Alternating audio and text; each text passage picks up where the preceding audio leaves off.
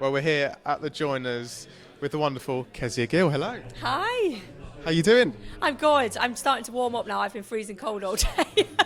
But it's usually about 2 hours before the gig I start to get a bit charged, a bit warmed up, so it's all good. Firstly, welcome to Southampton. You're on a day off yesterday, I saw. Yes. How was your day off in Southampton? It was lovely. The sun shone, which was nice. It had that kind of holiday feeling because we had all the boats in and we had a little walk along the pier. And there's some amazing shops as well. All about West Quay Shopping Centre, so that was amazing. Not so much on Black Friday. It was a little bit crazy. But yeah, no, lovely little town. I've never been here as well. I've worked here but never had the pleasure of sort of having a bit of recreational time, so it was nice. And at the Joiners here on a Saturday night, it's sold out. How buzzed are you? So buzzed, because this was actually like a really last minute added date, and it was just due to demand, and I thought we're pushing it a little bit, but do you know what, let's see, and it sold out, so mind is blown. It's amazing. I can't wait for it tonight, so it's going to be good. How has the tour been so far? It's just been so much fun. I think because I've never done a headline tour. I've done tours before, so I knew a lot of what to expect.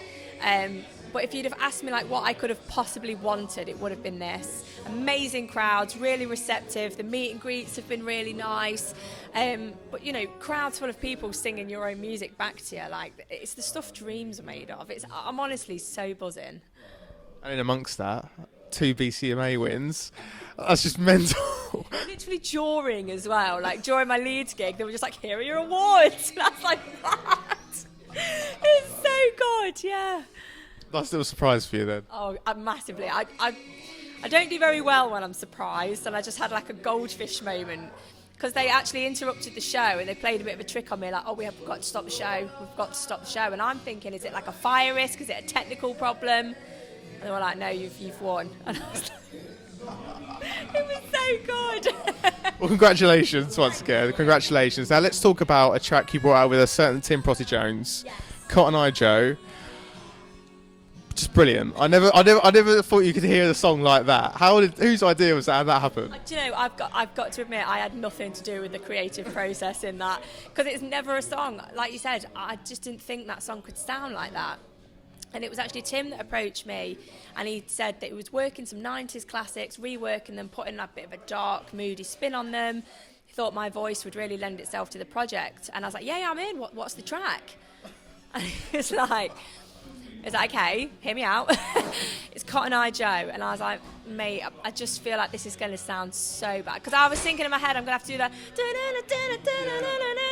I thought, no. And then he sent me the track, that beautiful fiddle and that slow down Americana. And I was like, oh, wow, I'm all over this. And I get so many like compliments on it. I'm like, I'm really not responsible. It was all him. He is genius. And it was a pleasure to be involved. He comes out with the best one-liners as well, honestly. Well, last time I saw Tim, we were on our way to see Carly Pearce in London, walked in a pub, and there he was with Bobby Fardell.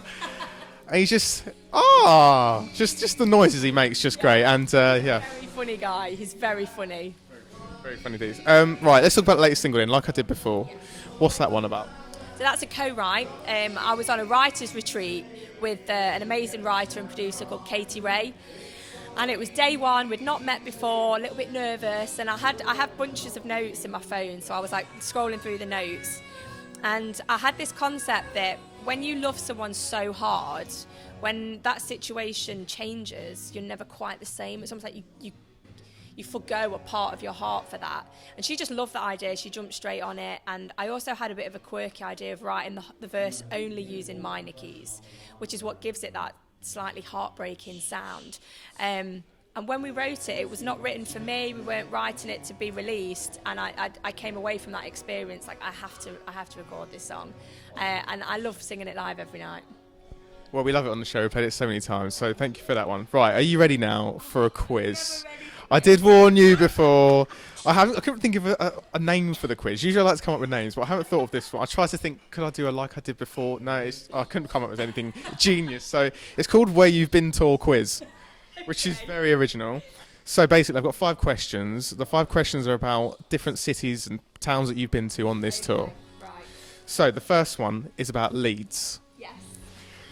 Which British shop, named after 2 people and has an amazing food hall, was started in Leeds? Fortnum and Mason. Keep trying. Marks and Spencer. Yes. All Right. I had to do was scale it down a bit.